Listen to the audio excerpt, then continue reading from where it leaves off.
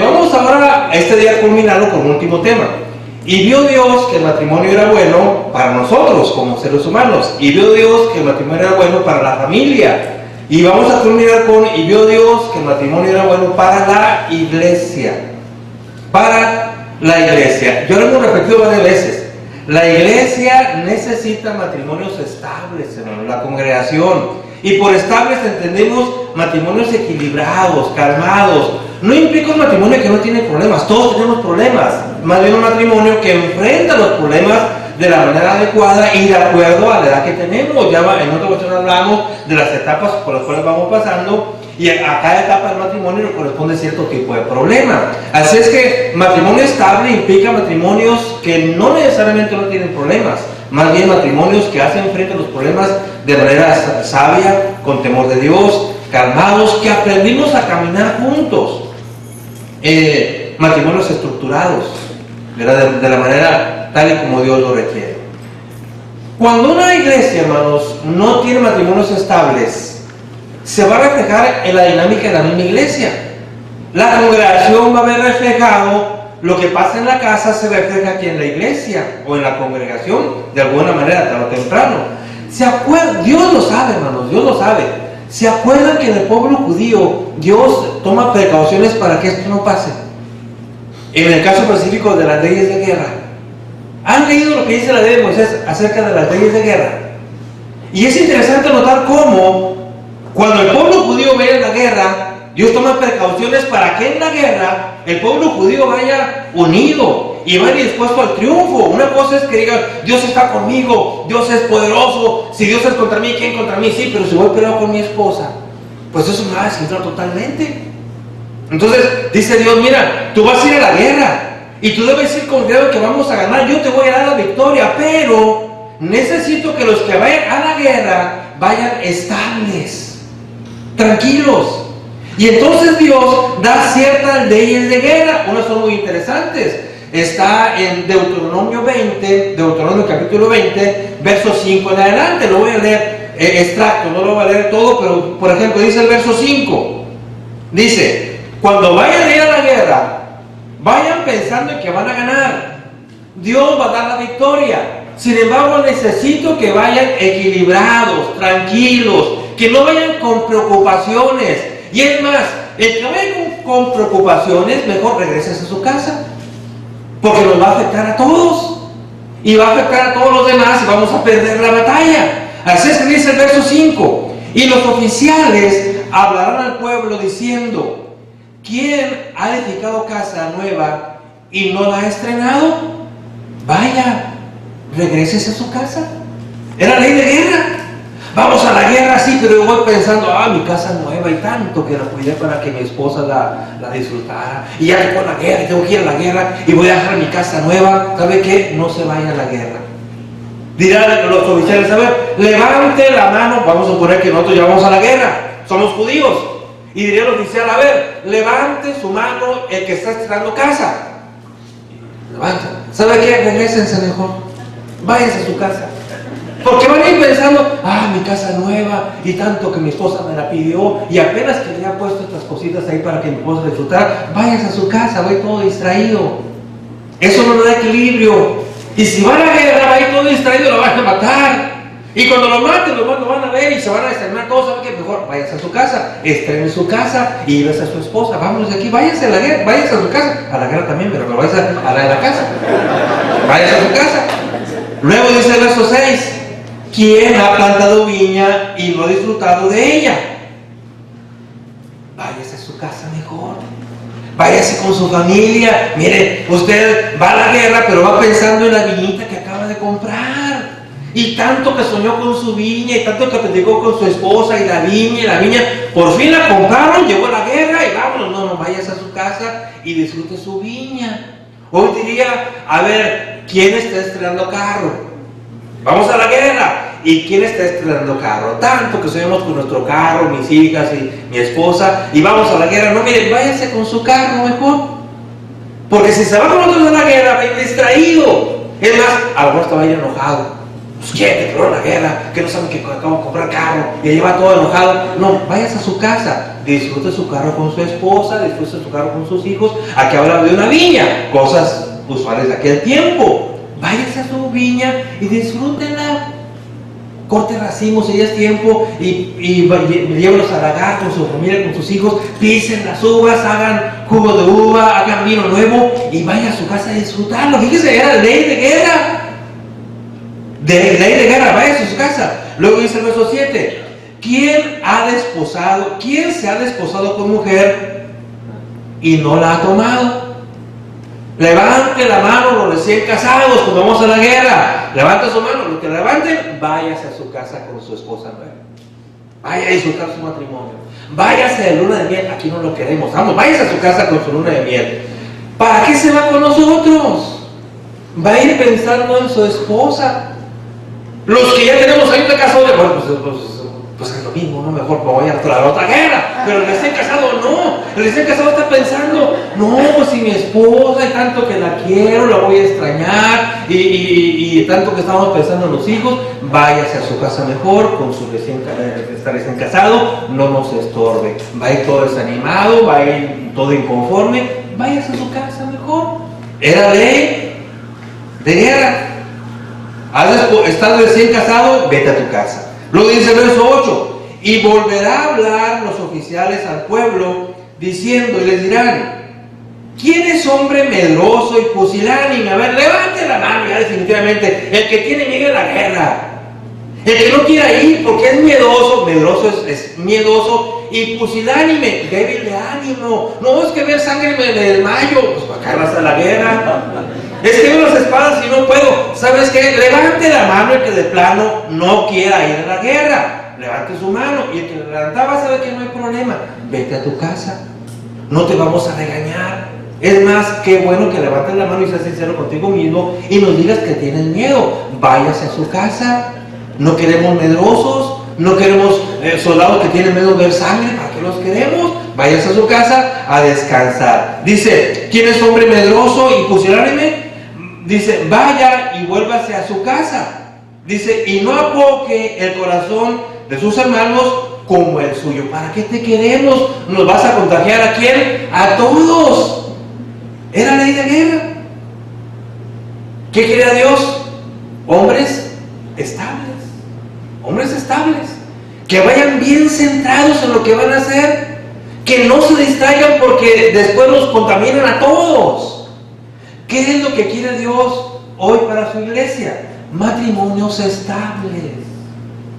Nomás faltó que Dios me dijera, a ver, cada primera de la semana te pones en la puerta y pregunta a cada matrimonio que va entrando, ¿quién está tranquilo? No, pues ya no vayas a su casa, ¿para qué lo queremos aquí? No va a cantar a gusto, ni va a oír el sermón. Nomás nos faltó eso, ¿verdad? Qué bueno que no lo puso, ¿verdad? Dios, ¿verdad? Porque yo creo que a todos nos regresaré el domingo, ¿verdad? Pero lo que tenemos que entender es que, bueno, si yo voy a la iglesia y voy a unir mi voz en las alabanzas, en los cantos, voy a unir mi voz en el amén de la oración, voy a unir mi voz en el sermón, cuando diga algo al hermano que me llegue a mi corazón y que yo pueda tener el que decir, amén, hermano, lo que está diciendo es para mí. Entonces, vaya con esas ganas. Vamos a procurar matrimonios estables, hermanos, porque tenemos que entender que no estamos solos. Tenemos que entender que la gente nos está mirando, hermano. Usted no lo sabe, pero los demás hermanos nos estamos mirando. ¿Y cómo nos anima ver un matrimonio que entra animoso y me anima a mí? ¿Y cómo se agüita uno cuando entran otros agüitados igual que yo? Dice, no, pues viene ese viene peor que yo. ¿Qué hacemos aquí? Tenemos que pensar en que la iglesia necesita de mi ánimo, de mi esfuerzo, de mi entrega, de mi valor por hacer las cosas. No estamos solos. Tenemos que pensar que estamos en compañía y que todos necesitamos de todos. No estás estable en tu matrimonio, entonces procura estarlo. La ley de guerra en el Antiguo Testamento así era. La ley de guerra preguntaba a las personas, ¿no estás estable? ¿Estás intranquilo por la casa nueva, por tu recién matrimonio? Entonces no te dé vergüenza, retírate mejor, para que no nos afectes en la batalla que vamos a enfrentar. Entonces, ¿cómo, hermanos, la inestabilidad o la estabilidad se pega? júntese con un matrimonio inestable y al rato usted va a andar igual de inestable. Júntese con un matrimonio maduro y al rato usted va a dar signos de también madurez. Se pega, se contagia, aunque usted no lo crea. Mire, júntese con un político todos los días. Al mes va a andar hablando de pura política y se va a hacer mentiroso igual que él. Júntese con un aficionado de Santos. Júntese. Y al mes va a estar todo decepcionado.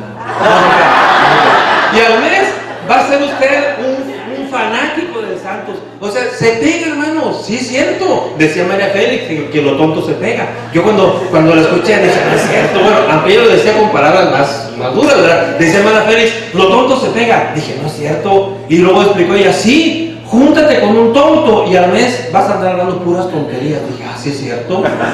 Sí es cierto. Lo inteligente se pega. Júntate con alguien inteligente que hable de matemáticas. De ratito tú vas a andar hablando también de matemáticas. Júntate con un matrimonio que hable de la Biblia. Y el rato tú también vas a andar hablando de la Biblia. Entonces tenemos que entender, hermanos, que no estamos solos y que la iglesia necesita matrimonios estables. ¿Y cómo, hermanos? Un matrimonio, créanlo, un matrimonio puede marcar a toda una congregación. ¿Quiere ser usted así, hermano? Su matrimonio puede marcar a toda la congregación donde está, marcarla para bien o marcarla también para mal. Qué gran bendición es cuando un matrimonio, como ustedes pueden ser, puede marcar a su congregación, a toda, para bien. La inestabilidad de un matrimonio, hermanos, causó la desgracia del pueblo judío. ¿Se acuerdan de Acab? El rey Acab y Jezabel. Un matrimonio inestable. Inestable en el sentido de que estaban muy mal estructurados. ¿Se acuerdan cómo estaba estructurado el matrimonio de Acab y Jezabel? Acab, el hombre, se supone que es la cabeza, la mujer la ayuda idónea. Entonces se supone que el hombre va adelante y la mujer a nuestro lado acompañándonos como ayuda idónea, orientándonos, dándonos sus opiniones, pero se supone que el hombre va adelante. Pero ¿se acuerdan cómo estaba estructurado el matrimonio de Acab y Jezabel? Acab pequeñito, inseguro, inestable, caprichoso como un niño. Y Jezabel, grandiosa, prepotente, mandona como ella sola, ¿verdad? Mandona pero tremenda, le gustaba mandar a su esposo, sin la vida. Entonces le gustaba mandar a su esposo, mandona como ella sola. Y diría acá, pues es que sí me gustan, grandotas aunque me peguen, pero sí me gusta. Entonces parecían estables.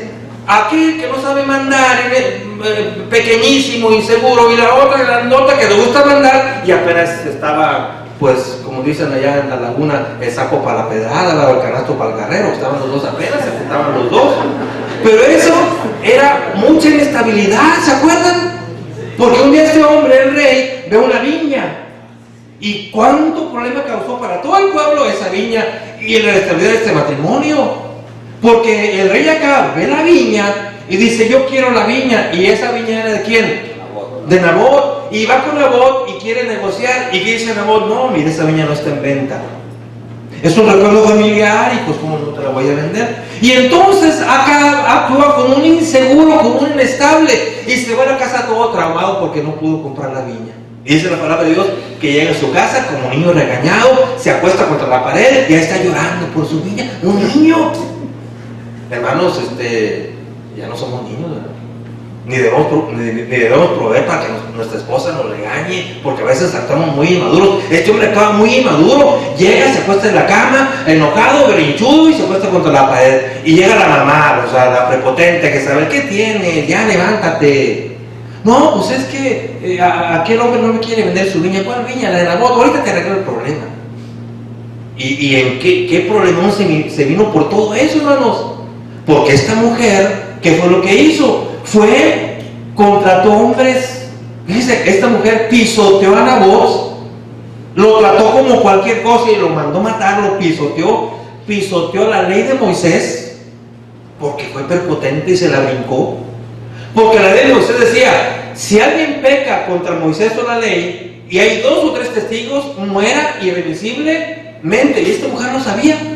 Y va y contrata a hombres impíos, los contrata y les paga miren, ven aquel hombre, es Nabot, ¿cuánto quieren?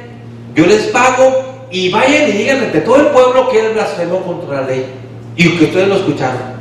Y los hombres aceptan el pago. Y esos hombres, guiados por aquella tremenda mujer, van y acusan a Nabot y dicen, este hombre blasfemó contra la ley, y lo mataron a Nabot, murió apedreado. Y ya apedreado, esta mujer va con su esposo, ay, ahí está tu bien, ándale, ven, ya, no estás llorando. Es un matrimonio inestable. ¿Cómo afectó a todo el pueblo? Porque después ya vemos las consecuencias. Viene la guerra, Acab muere y después, bueno, ustedes ya saben toda la historia, ¿no? ¿Cómo un matrimonio inestable puede poner en peligro a todo un pueblo, hermanos? ¿Cómo un matrimonio inestable puede poner en peligro a toda una congregación?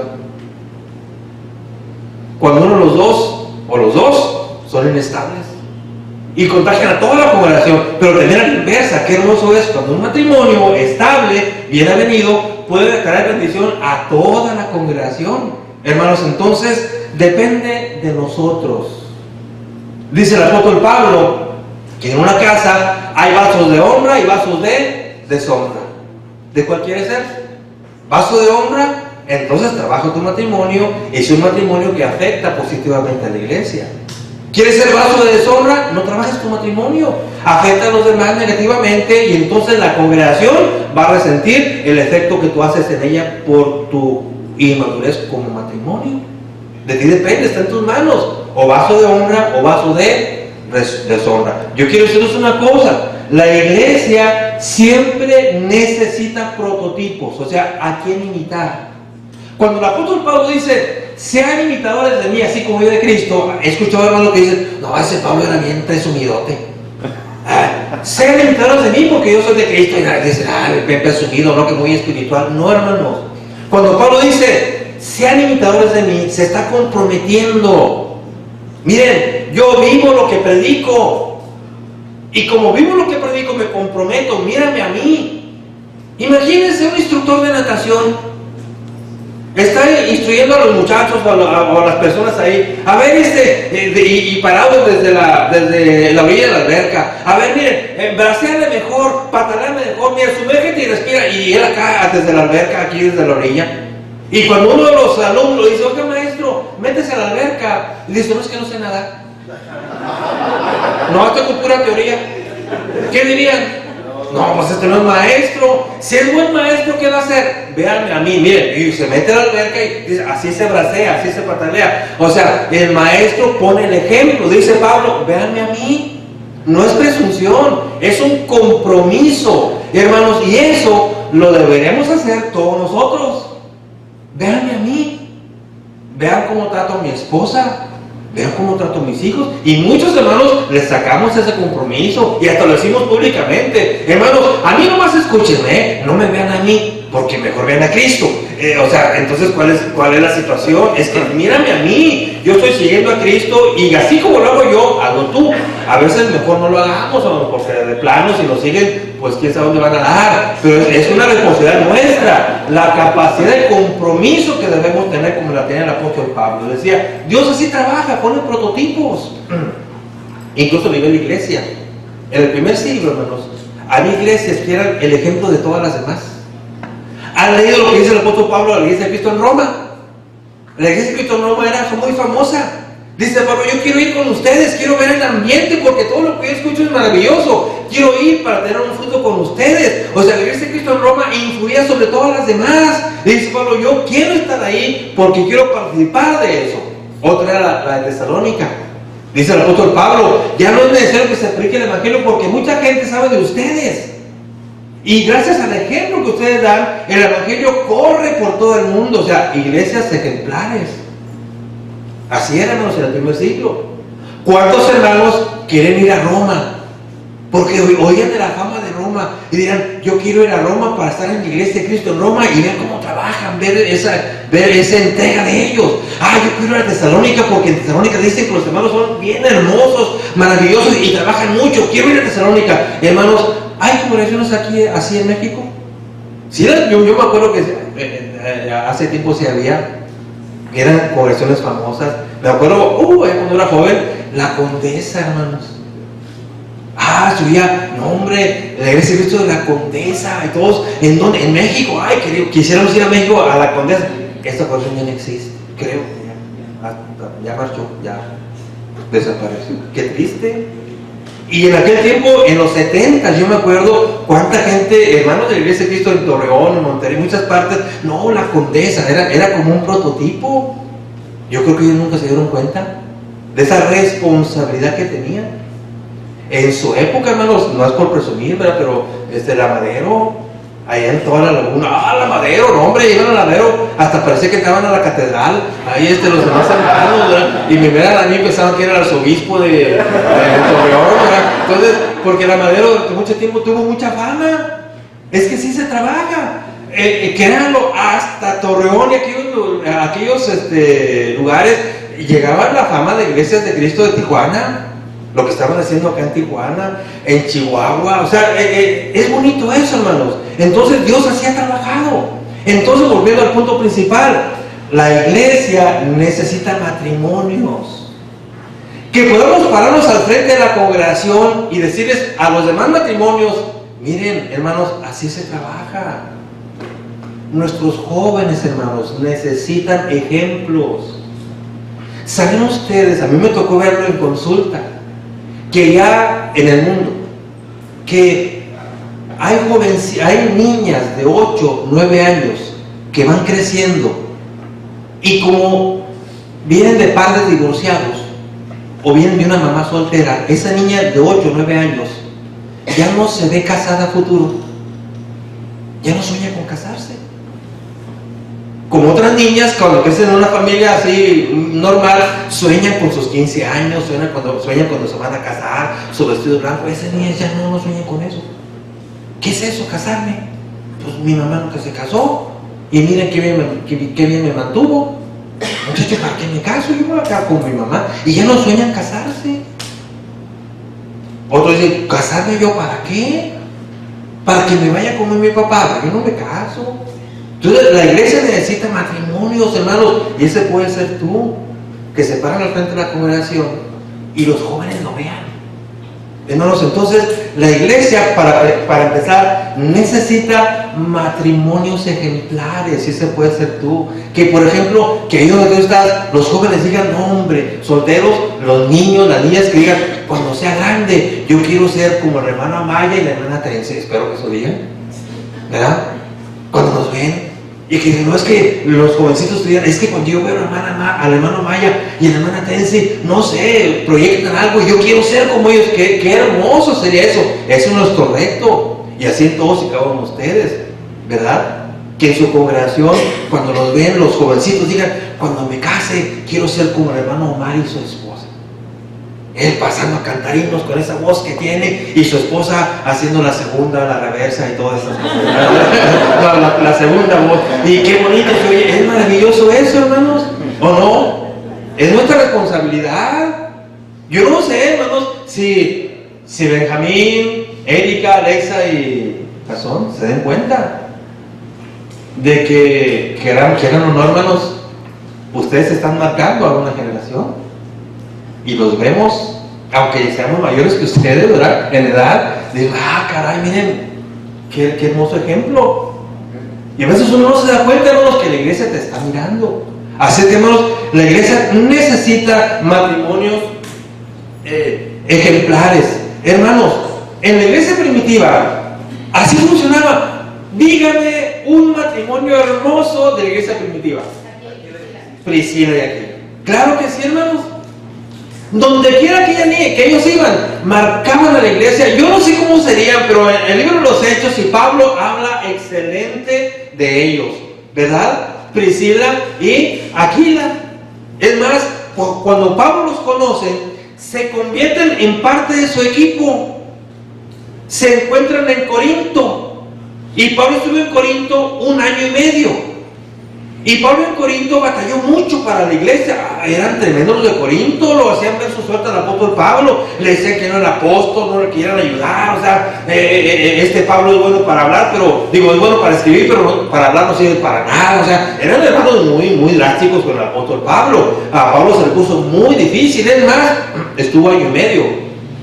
Y dice la palabra de Dios ahí en Hechos, que Pablo se sintió tan mal de todo el entorno, fue tan difícil para Pablo, que incluso fue necesario que alguien hablara con él.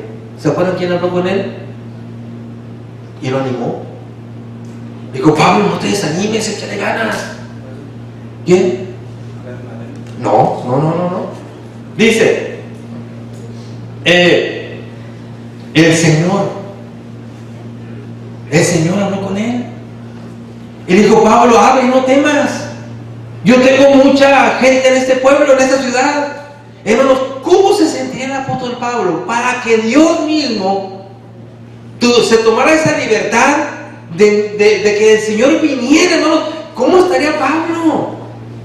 Hermanos, pero lo más importante es que en ese momento, junto a él, había un matrimonio que lo estaba apoyando en todo. ¿Saben quién es ese matrimonio?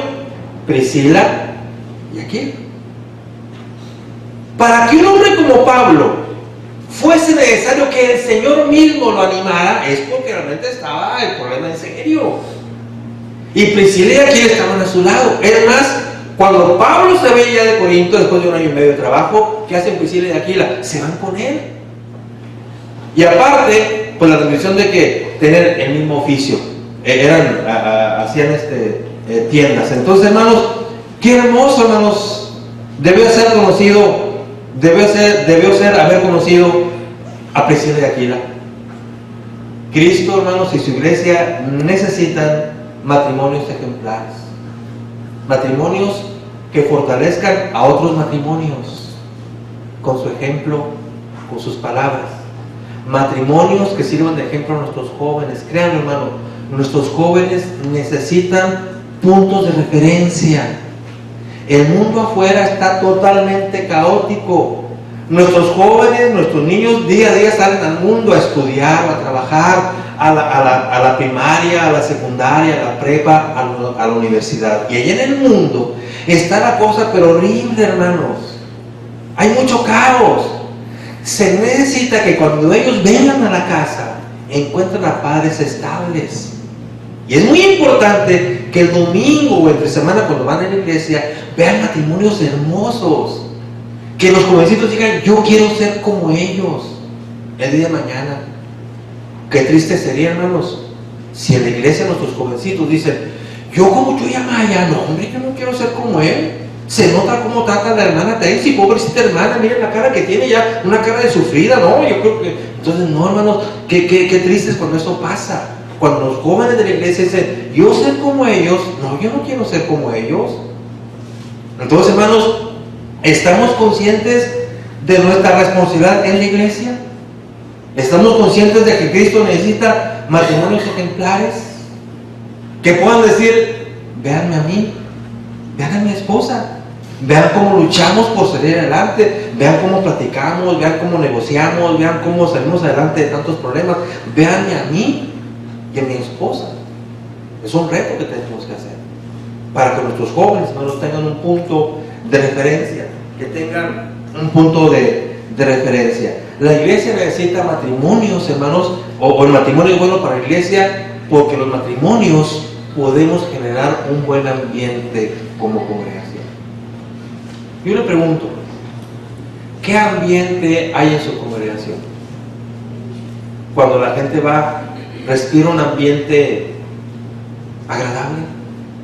Se nota que cuando encuentran un ambiente respirable. Dicen, oye, entro a esta congregación y veo que hay orden, que hay calma, que hay paz. Se nota que los hermanos de aquí viven en armonía. Eso depende de nosotros como matrimonios. Cuando el apóstol Pablo, hermanos, escribe su carta a los hermanos en Corinto, les dice, hermanos, de la siguiente manera. Primera carta a los Corintios, capítulo 14, versos 34 y 35. Dice, vuestras mujeres callen en las congregaciones, porque no les es permitido hablar, sino que estén sujetas, como también la ley lo dice.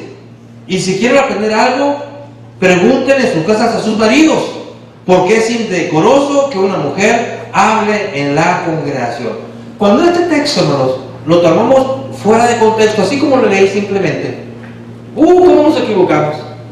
Ahí está, dice el apóstol Pablo, que no hay una clase de mujeres y que se calle, y que si estamos en clase y yo permití que una mujer me hiciera una pregunta, pecado, y se arrancan los vestidos, porque dice ahí que calla la congregación. No, voy a tener el contexto de qué está hablando el apóstol Pablo. ¿Sabe de qué está hablando?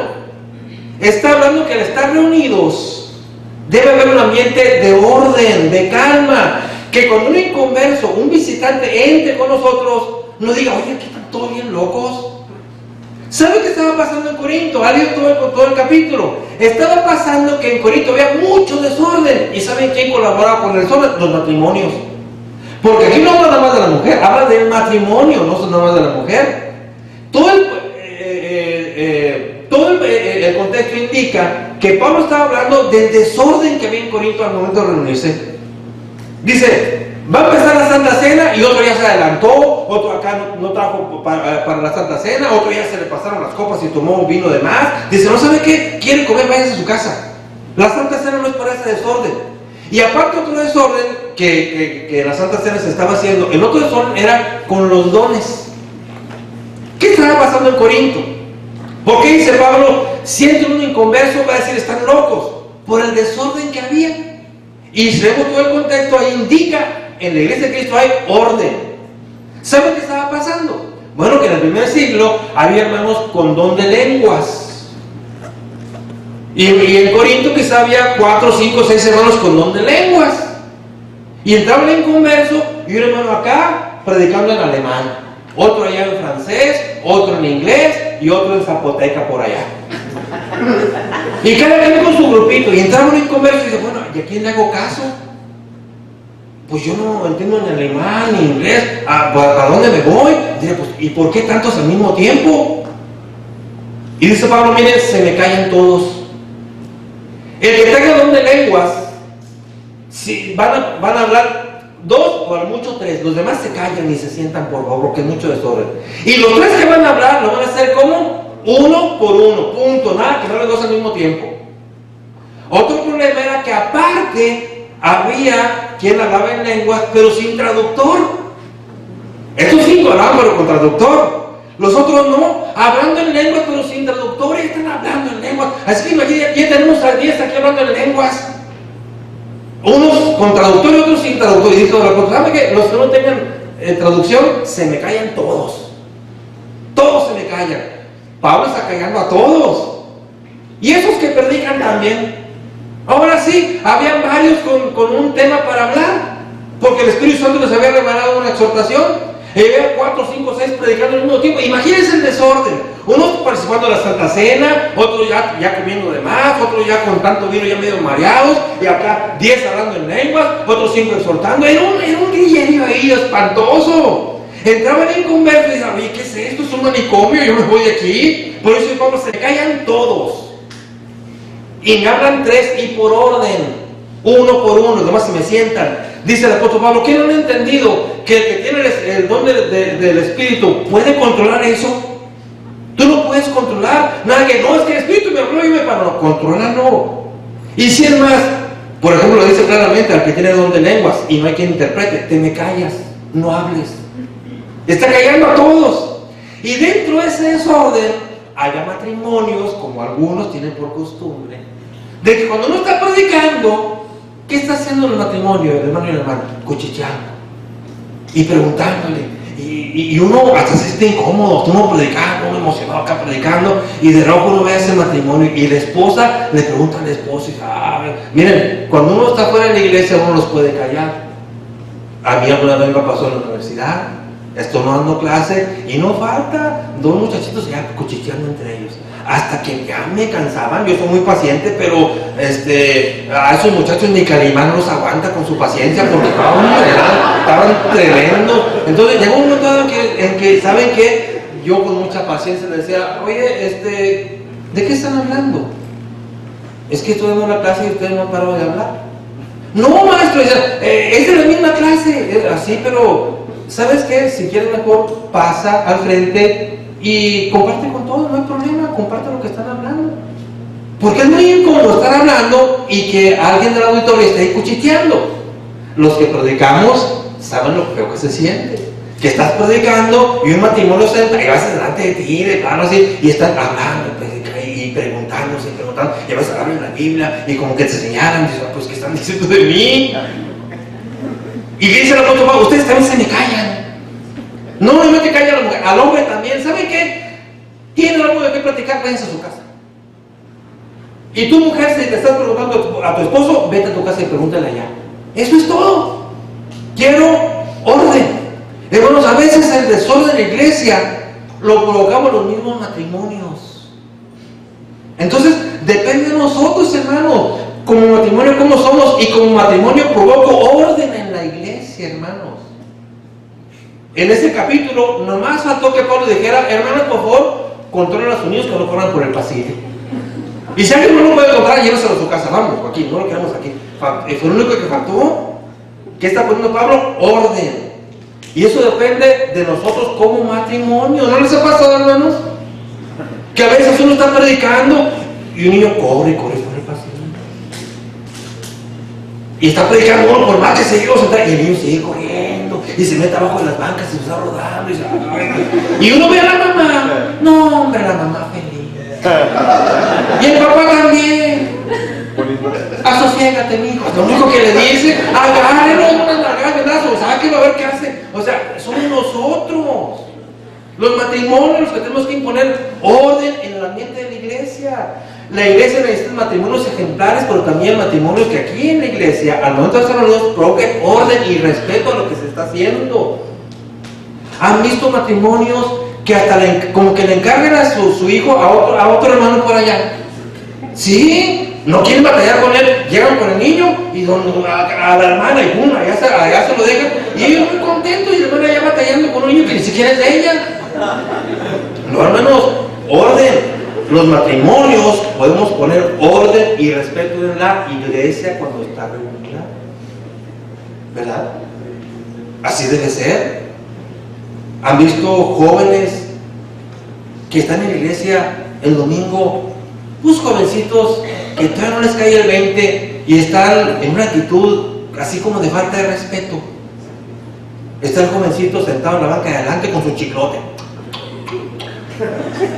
Y la mamá no es para ir con su muchacho, dice: mi hijo, ¿sabe qué? Ese chiclote venga para acá. Y lo están mirando, que está con su chiclote, entonces es falta de respeto. O sentado como si estuviera en la plaza.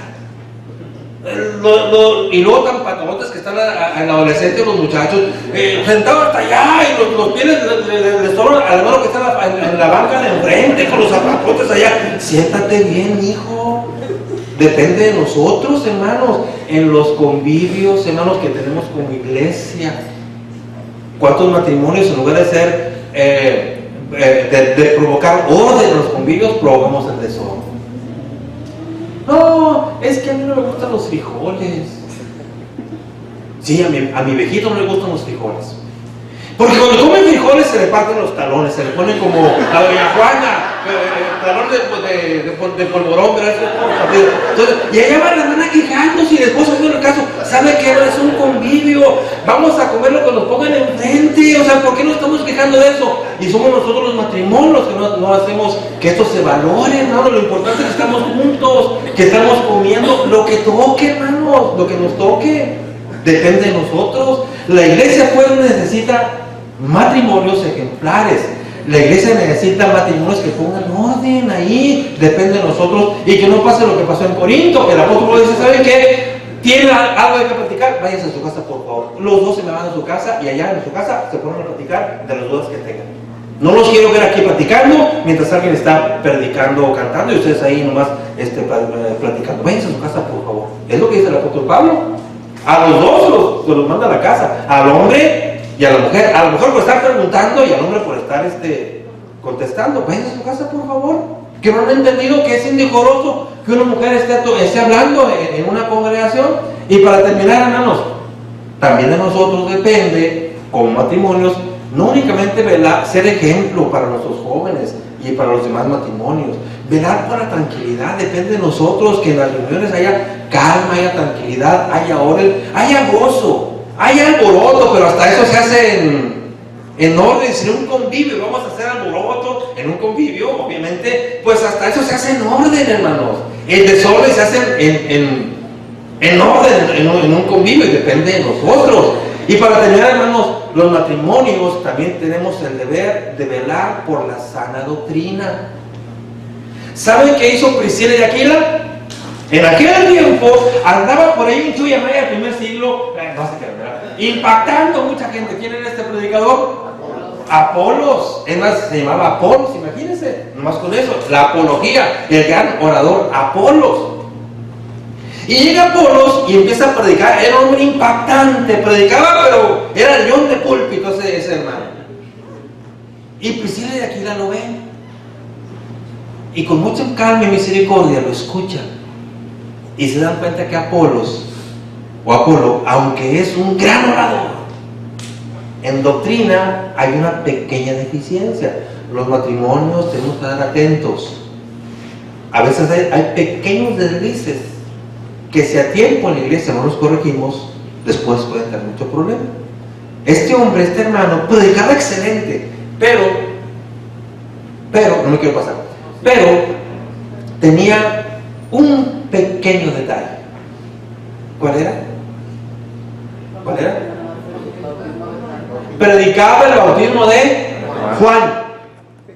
Y cuando Priscila y Aquila lo escuchan, y dice lo que dice la palabra de Dios, dice, lo llamaron como aparte. Fíjese qué sutileza. Priscila no era de esas hermanas que se ponen a discutir con uno públicamente. No, aparte, llevaron aparte. Y yo me imagino que con mucha paciencia, dice ahí, ¿qué hicieron con Apolos? Le expusieron más correctamente el camino de Dios. Ese matrimonio estaba atento, y cuando lo escuchan dice, a este hermano le falta algo, está predicando el bautismo de Juan, y entonces aparte lo corrigen. Estaban velando por la sana doctrina, y es lo que también nosotros como matrimonio debemos hacer. Yo sé, hermanas, que ustedes son más perspicaces que el hombre. Tenemos que reconocerlo. Las hermanas tienen una visión más aguda. Uno no se fija en muchas cosas.